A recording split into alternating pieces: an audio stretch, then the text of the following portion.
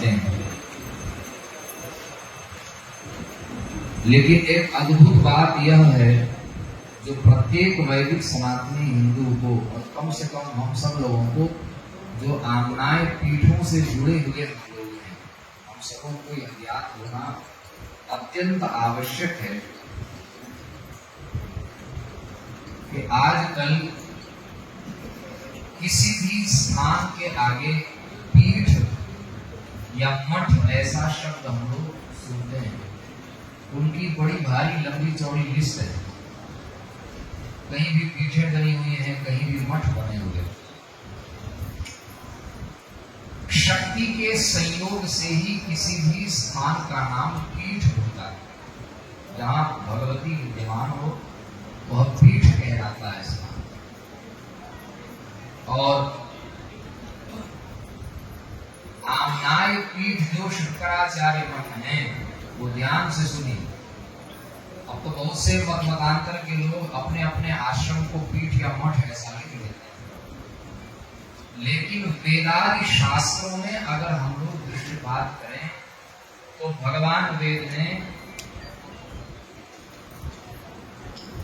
4 पीठों का, ऐसे 5 पीठों का विधान है, लेकिन विरक्त परंपरा से मोक्ष, केवल मोक्ष काम, आप काम महापुरुषों की दृष्टि से योग शिखोपनिषद में 4 पीठों का वर्णन है। कोई कुछ भी लिख ले, लेकिन शंकराचार्य ने जिन शास्त्रों को आगे रख करके कार्य किया, शंकराचार्य जी ही नहीं, भगवान श्रीमन नारायण से लेकर के अद्यावधि वर्तमान हमारे परम पूज्य गुरुदेव भगवान तक, यही सनातन ऋषियों की, आचार्यों की परंपरा है कि वे स्वयं को आगे करके नहीं, अपितु वेदादि शास्त्रों को आगे रख करके कार्य करते हैं।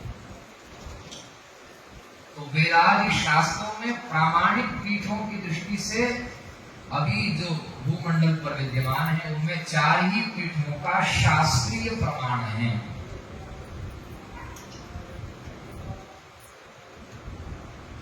योग शिखोपनिषद में स्वयं भगवान वेद, जो हमारे शरीर के अंदर है, योग दर्शन का यह सिद्धांत है,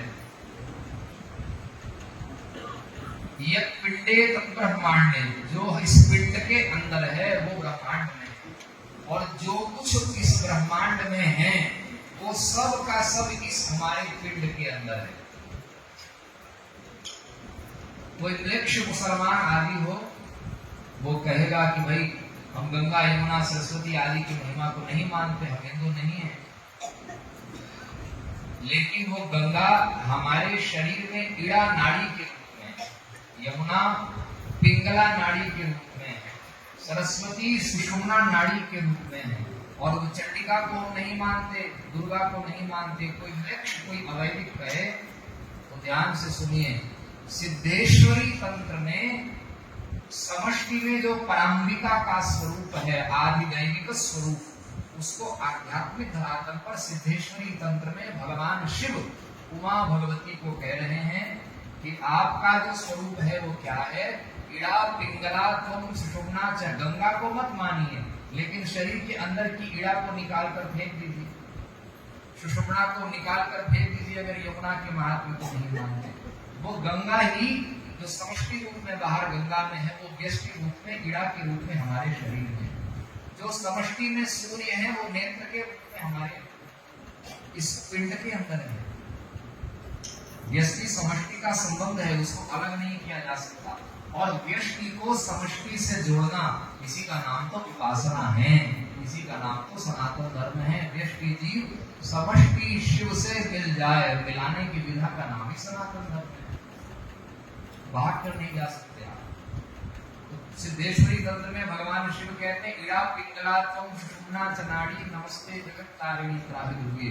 ये इड़ा पिंगला और सुषुम्ना जहाँ शरीर में मिलती हैं, हमारे शरीर में, मनुष्य मात्र के शरीर में, हिंदू हो चाहे अहिंदू हो, वहां पर चंडिका के रूप में, जीव के रूप में चेतित करने वाली दुर्गा सबके शरीर में बैठी हुई है। वही दुर्गति से बचाती हैं। और वो छोड़कर चली जाए तो उसके बाद दुर्गति से जो त्राण करे वही दुर्गा है। फिर शरीर की दुर्गति निश्चित है, या अग्नि में जल जाएगा, या कीड़े मकोड़े खा जाएंगे। तो इस शरीर को सतत दुर्गति से बचा रही है इड़ा पिंगला सुषुम्ना की उसके संगम में बैठ करके। वही त्रिवेणी स्वरूपा चंडिका है, 3 बीज से युक्ता है, 3 नाड़ियों के मध्य में है, तीनों स्वरूप की अधिष्ठात्री है, महासरस्वती, महालक्ष्मी और महागौरी, तीनों का सम्मिलित स्वरूप है। तो जो शरीर में है वो बाहर है, जो बाहर है वो शरीर में है। सब परमात्मा भी आत्मा के रूप में बैठे हैं शरीर में। अहम आत्मा गुडाकेश सर्वभूताशय स्थितः, गीता में भगवान का। तो ऐसे ही 6 चक्रों में 4 पीठें हमारे शरीर के अंदर भी है। नकली पीठ बनाने से काम नहीं चलेगा, नकली मठ बनाने से काम नहीं चलेगा। क्यों नहीं चलेगा? नकली गंगा बना दो, कोई नाला वाला, ऐसा तो काम चलेगा गंगा का? नहीं चलेगा। तो जैसे काल्पनिक किसी नदी को गंगा मानकर गंगा का काम उससे नहीं चल सकता, चलता तो फिर सगर के पुत्रों का उद्धारी हो गया होता। क्यों गंगा को लाना पड़ा? जैसे गंगा जी का काम गंगा जी ही कर सकती हैं, ऐसे ही हमारे शरीर में पिंडस्थ जो षटचक्र हैं, उन षटचक्र में 4 पीठें हैं। उन 4 पीठों को ही अपनी योग साधना के बल पर भूत भावन भगवान शिव ने शंकराचार्य के रूप में प्रकट होकर पिंडस्थ चतुष्पीठों को आदि भौतिक धरातल पर 4 आमनाय पीठों के रूप में प्रकट किया।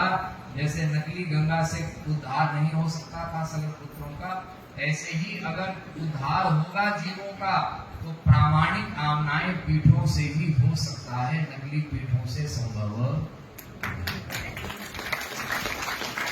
ये इस पीठ की शास्त्रीयता, प्रामाणिकता। और शंकराचार्य जी ने पूर्वामनाय पूरी पीठ को जहां स्थापित किया, ये सामान्य स्थल नहीं है। 4 पीठों में सबकी महिमा है, लेकिन इसका लोकोत्तर महात्म्य और अधिक क्या है? सब पीठे हैं, सब एक समान है, चारों आमनाएं,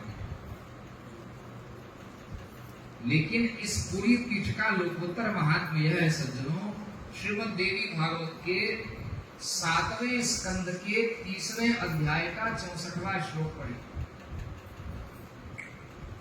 वहां 7वें स्कंद के 30वें अध्याय में 108 शक्ति पीठों का वर्णन। लोग कहते हैं 52 भी ठीक है, लेकिन देवी भागवत में स्पष्ट 108 संख्या का वर्णन है, स्थान का वर्णन है, कहाँ कहाँ भगवती किस रूप में प्रतिष्ठित है, ये स्पष्ट वर्णन है। 108 संख्या भी मान लिखी हुई है। 108 शक्ति पीठे वो केवल धरती में नहीं है, कुछ ब्रह्मलोक में, कुछ अन्य देवताओं के रूप में भगवती सती का अंश किया शरीर। तो भगवती का नाभि मंडल भगवान श्रीमन नारायण ने वहां देवी भागवत में लिखा कि बाण से प्रहार किया तो शरीर को छत विछत कर दिया। तो भगवती का जो लीला वपु था, लीला शरीर था, वो 108 भागों में विभक्त होकर के धरती में गिरा। धरती में मतलब लोकांतरों में गिरा। तो नाभि का स्थल जहां पर भगवती का गिरा, वहां देवी भागवत में स्पष्ट लिखा है, विमला पुरुषोत्तमे, पुरुषोत्तम में जगन्नाथपुरी क्षेत्र में लीला भगवती वहां विराजमान है। कहा? जाजपुर में।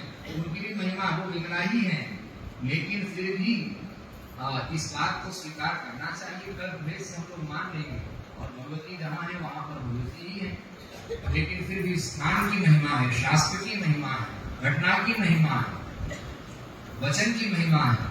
इसीलिए स्पष्ट लिखा है विमला जो है वो पुरुषोत्तम क्षेत्र में ही विराजमान है। इसलिए विमला पुरुषोत्तम में जिस दृष्टि से यहाँ पर भगवती का नाभि मंडल गिरा और उससे भगवती विमला प्रतिष्ठित हुई। हम लोग जहाँ बैठे हैं वो एक आमनाय पीठ तो है ही, आचार्य पीठ तो है ही। देवी भागवत का प्रमाण लेकर हम कह रहे हैं कि हम लोग जहाँ बैठे हैं वो 108 शक्ति पीठों में एक शक्ति पीठ है। तो ऐसा सौभाग्य केवल इस पीठ को प्राप्त है।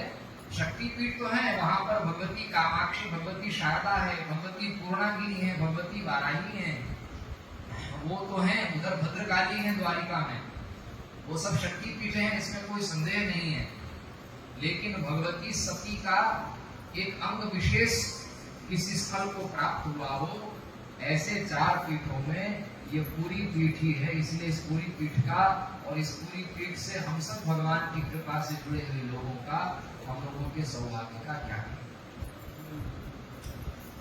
तो ऐसा यह स्थल है। भगवती साक्षात हम लोग भगवती पराम्बिका की गोद में इस समय बैठे हैं।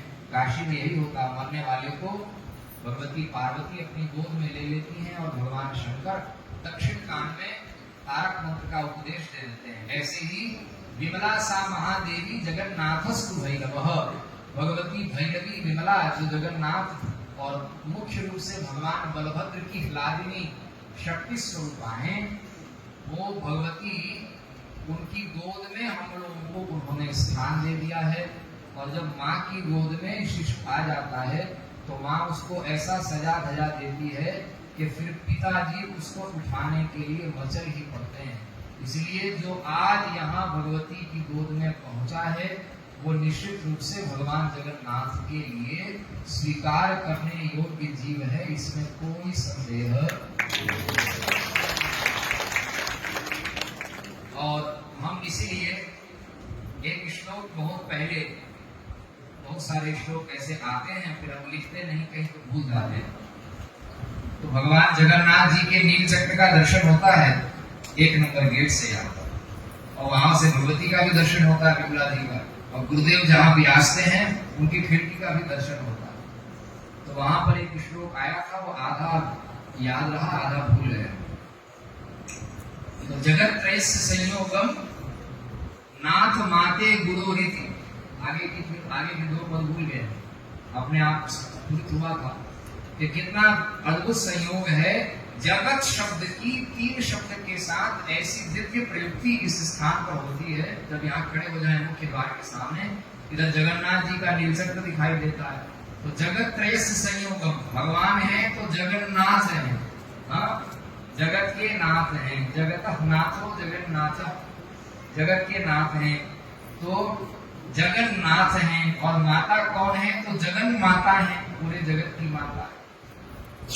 और गुरु के रूप में भी अगर हमको प्राप्त हुए तो भगवान की कृपा से ऐसे गुरु प्राप्त हुए जो गुरुओं के गुरु हैं, जगत गुरु। अगर भगवान मिले, नाथ मिले तो जगन्नाथ, माता मिली तो जगन माता, और गुरु मिले तो जगत गुरु। इसलिए नाथ त्रयस्य संयोगम नाथ माते गुरु रीति। जगत शब्द नाथ के साथ, माता के साथ और गुरु के साथ, तीनों के साथ संयुक्त होता है। ऐसा दिव्य यह पीठ है। कहीं भगवान द्वारिका नाथ हैं, द्वारिका चले जाएंगे, द्वारिका नाथ, उधर रामनाथ है रामेश्वरम में, उधर बद्रीनाथ है, कहीं सोमनाथ है, कहीं वैद्यनाथ है, कहीं अमरनाथ है, बहुत सारे नाथ है। लेकिन ये सौभाग्य केवल पुरी को प्राप्त है। भगवान यहाँ पर एक क्षेत्रीय या एक विषय वस्तु के नाम को, एक देशीय नाम को नहीं लिए हुए हैं। यहाँ भगवान है तो यहाँ भगवान जगन्नाथ है, पूरे जगत। और स्कंद पुराण में बहुत सुंदर बात लिखी है जगन्नाथ जी के लिए। हाँ, कैसा भी जीव हो जगन्नाथ जी की शरण में आ जाए, बोले हम कैसे भी हैं, कुछ भी हैं, चाहे बड़े से बड़े पुण्यात्मा, तपस्वी, अमरात्मा, विमलात्मा हो, चाहे घोर से घोर पतित हो, पापी हो, लेकिन जगत के अंदर तो हैं कि नहीं है? बोले हाँ, जगत के अंदर तो है। तो कहा जब जगत के अंदर हैं तो आप जगत के नाथ हो। जगन्नाथ का मतलब स्कंद पुराण में बड़ा सुंदर एक श्लोक है, वो श्लोक याद नहीं हमको भी, लेकिन उस श्लोक का भाव यह है कि भगवान अगर जगत के नाथ हैं, जगन्नाथ हैं, तो उसका अर्थ क्या है? जगत में रहने वाले किसी भी प्रकार के उत्तम से उत्तम ब्रह्मा शंकर आदि के लिए भी वो शरण्य भगवान हैं। और पतित से पतित भी कोई जीव अगर कीट पतंग आदि की योनि में चला गया हो तो उसका भी उद्धार करने का ठेका जगन्नाथ जी का है, क्योंकि जगन्नाथ नाम रखवाया है। तो पूरे जगत को शरण देने की क्षमता जिनके अंदर है वो भगवान कौन है? जगन्नाथ। सबकी लॉटरी यहाँ लगी है। तो भक्त हो चाहे अभक्त हो, सबका कल्याण करना किसका काम है? जगन्नाथ। क्योंकि वो जगन्नाथ है भाई। अभक्त जगत से बाहर है क्या? जगत के अंदर है। तो फिर या तो नाम बदलना पड़ेगा उनको, या तो सबके उद्धार का ठेका उनको लेना पड़ेगा और उन्होंने लिया ही है। और आज इस गुरु पूर्णिमा भगवान वेद व्यास की मंगलमयी प्राकट्य तिथि है। ठीक है, अपना जन्मदिन सामान्य मनुष्य को अपने माह के नक्षत्र के हिसाब से मनाना चाहिए। नक्षत्र, इस नक्षत्र में जन्म हुआ उसमें मनाना। अब तो लोग अंग्रेजी वाला मनाते हैं, महात्मा लोग भी केक काटने लगे हैं, हम किसी का नाम नहीं लेंगे। हाँ, और लेने लगे तो फिर 2-4 ही बच जाए तो बच जाए। तो महात्मा लोग भी केक काटने लगे हैं, ऐसा नहीं। अंग्रेजी तिथि से मत बनाइए और तिथि से भी नहीं मनाना चाहिए, नक्षत्र के हिसाब से जन्मदिन मनाना चाहिए सामान्य हम जैसे मनुष्य लोगों को। और जो भगवान के अवतार हैं उनको तिथि के हिसाब से उनके अवतार को मनाया जाना चाहिए। इसलिए बड़े महापुरुष जो भगवत तुल्य महापुरुष हैं या साक्षात भगवान के अवतार हैं, उनकी जन्म का प्राकट्य का जो उत्सव है वो तिथि से मनाना चाहिए। मनुष्यों को तिथि से नहीं, मनुष्यों की उनके श्राद्ध के लिए मृत्यु की तिथि के आधार पर श्राद्ध तिथि से होता है, जन्म नक्षत्र से मनाना चाहिए। तो भगवान व्यास श्रीमन नारायण के कलावतार ज्ञानावतार भगवान व्यास हैं। उनके मंगल में प्राकट्य को गुरु पूर्णिमा के रूप में हम लोग मनाते हैं। उनका नाम कृष्ण द्वैपायन है। कृष्ण वर्ण के थे इसलिए कृष्ण, द्वीप के बीच में जन्म हुआ उनका यमुना जी के मध्य में, इसलिए द्वैपायन। और वेद नाम, वेद व्यास नाम इसलिए पड़ा, महाभारत के आदि पर्व में शायद 66वें अध्याय में लिखा होगा। स्वयं वेद व्यास ने अपने नाम की व्याख्या की है, वेदान विव्यास यस्मात् स वेद व्यास इति स्मृतः। वेदों का विस्तार करने के कारण उनका नाम वेद व्यास का मतलब होता है विस्तार। गोला बनाते हैं ना, गोला, तो उसमें व्यास निकालते हैं। सबसे लंबी त्रिज्या का नाम व्यास होता है, एक छोर से दूसरे छोर। व्यास का मतलब विस्तार, पल्लवन, उन्नयन, विस्तारण। हाँ, उसका सरफेस कितना फैला है। तो व्यास का मतलब विस्तार। वेदों का एक ही वेद को 4 भाग में, ऐसे वेद 4 भाग में आरंभ से हैं, लेकिन सब लोग उसका विभाग करने की क्षमता नहीं रख सकते। जो बहुत कठिन विषय हो जाएगा, फिर ज्यादा उसका विस्तार नहीं करना है। तो जो मित श्रुतियां थी उसको ऋग्वेद में, जो अमित श्रुतियां थी उसको यजुर्वेद में, जो गानात्मिका श्रुतियां थी उसको सामवेद में, जो सम्मिलित श्रुतियां थी उसको लेकर के अथर्ववेद में भगवान ने वेद व्यास ने विस्तार किया। और दूसरे ढंग से कहें तो वेद के कर्म के हिसाब से हौत्रक कर्म को लेकर के, हौत्रक कर्म प्रधान मंत्र को लेकर के ऋग्वेद का विभाग कर दिया, औदगात्रक प्रधान कर्म को लेकर सामवेद का विभाग कर दिया, और आध्वर्यक कर्म को लेकर के अथर्ववेद का, यजुर्वेद का विभाग कर दिया, और ब्रह्मा के कर्म को लेकर के अथर्ववेद का विभाग कर दिया। ऐसे तो वेदांत विव्यास यस्मात् स वेद व्यास इति स्मृतः, इसलिए वो वेद व्यास हुए। और अद्भुत अवतार है। हम लोग कहते हैं ना, गुरु ब्रह्मा गुरु विष्णु गुरु देवो महेश्वरः गुरु साक्षात परब्रह्म तस्मै श्री गुरवे नमः। ये श्लोक सार्वभौम हो गया आज तक, लेकिन ये वेद व्यास के लिए ही है श्लोक। गुरु ब्रह्मा, ब्रह्मा है अचतुर्वदनो ब्रह्मा, 4 मुख वाले न होने पर भी, जैसे ब्रह्मा के मुख से 4 वेद प्रकट हुए, उसके बाद घटपट एक साथ हो गया था, उन चारों वेदों को पुनः अपने स्वरूप में जिन व्यास ने प्रकट किया। 4 मुख न होने पर भी वेदों का 4 विभाग करने का सामर्थ्य होने के कारण, बिना 4 मुख होने पर भी वो कौन है? ब्रह्मा है। अचतुर्वदनो ब्रह्मा, 4 हाथ वाले नहीं है, लेकिन सुदर्शन से, गदा से, वरद मुद्रा से भगवान श्रीमन नारायण, शंख से जैसे भक्तों पर अनुग्रह करते हैं, ऐसे ही अपने ज्ञान रूपी खड्ग से अपने शरणागत के अज्ञान का जो नाश करने वाले हैं, अपने ज्ञान रूपी श्लोकों की मजबूत जो मुद्गल है, जो गदा है, उसका प्रहार करके भगवान वेद व्यास मोह का नाश कर देते हैं जीव के।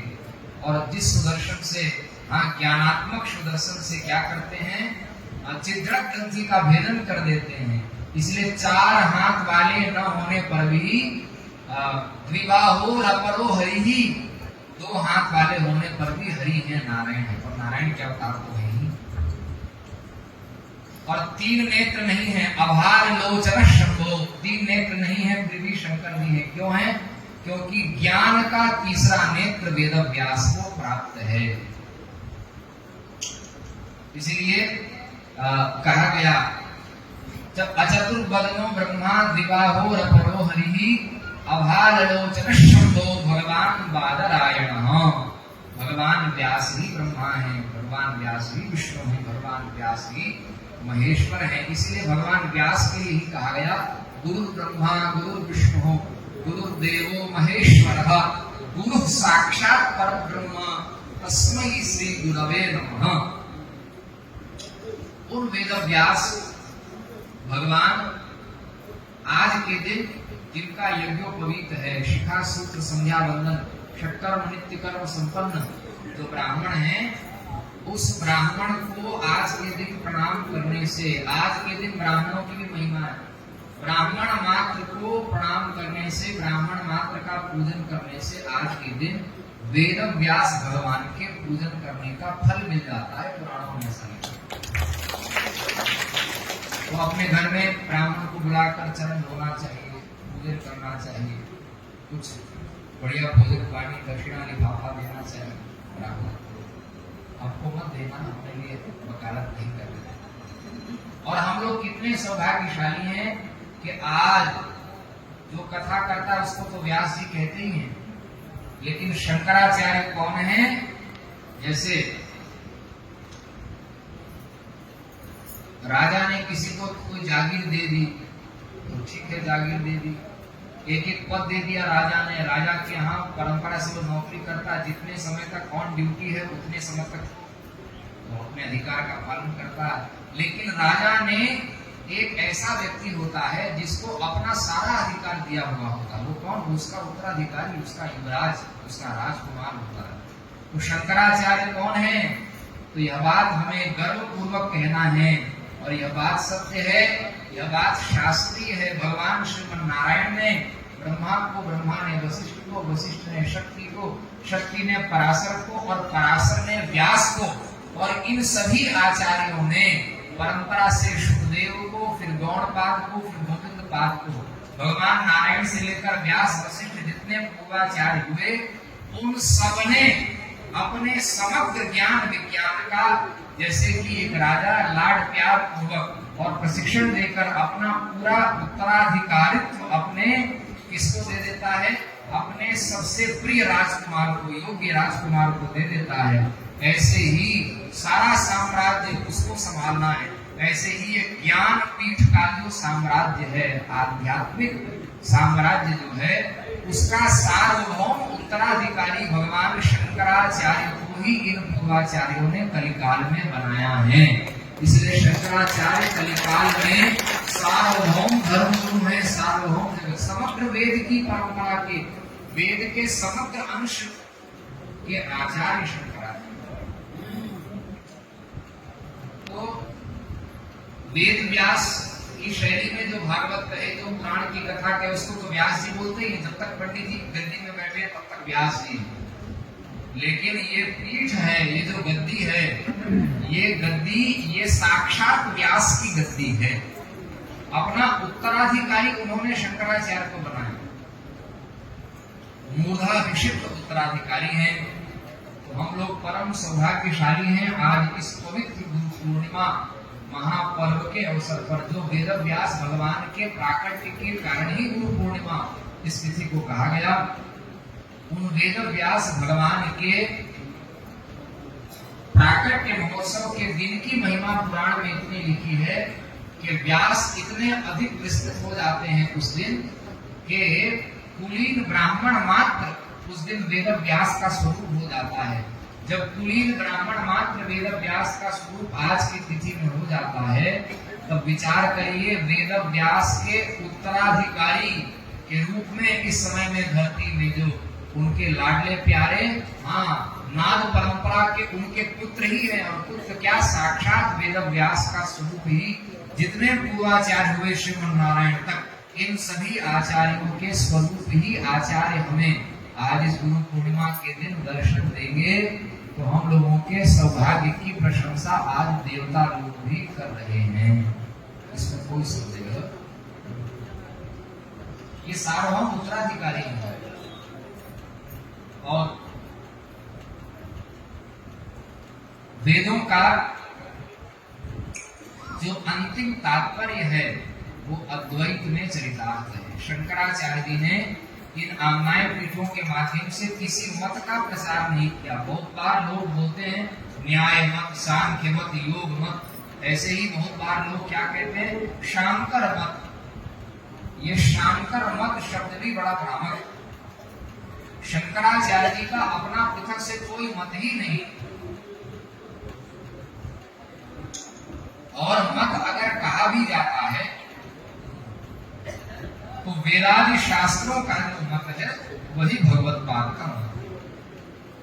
श्रीमन नारायण के हृदय में जो श्रुतियों का अर्थ है और श्रीमन नारायण की परंपरा से शंकराचार्य जी को 10वें स्थान पर आद्य शंकराचार्य भगवान, और आद्य शंकराचार्य भगवान से लेकर के 155 145वें स्थान पर वर्तमान आचार्य चरण विद्यमान होकर के, विराजमान होकर के, उसी ज्ञान विज्ञान को जो नारायण के हृदय में है उसी रूप में बिना बिगाड़े, बिना संशोधन किए आज हम लोगों को वो ज्ञान विज्ञान पूज्य गुरुदेव के माध्यम से प्राप्त हुआ। शोर मत करिए, पीछे अभी रहने दीजिए, शोर मत करिए, शांति बनाए रखें कृपया। जब गुरुदेव आएंगे तो क्रमशः सबको दर्शन होगा। जो अंदर हैं, जो बाहर हैं, सब धैर्य बनाकर रखें, सबको क्रमशः दर्शन होगा। जब जगत गुरु जी आएंगे तो यहाँ मंच के दाएं तरफ से पंक्ति चलेगी और प्रणाम करके आपको कहाँ से जाएंगे, इधर से पीछे से नीचे आपको जाना होगा। जो दीक्षार्थी हैं, दीक्षा के लिए उपस्थित हुए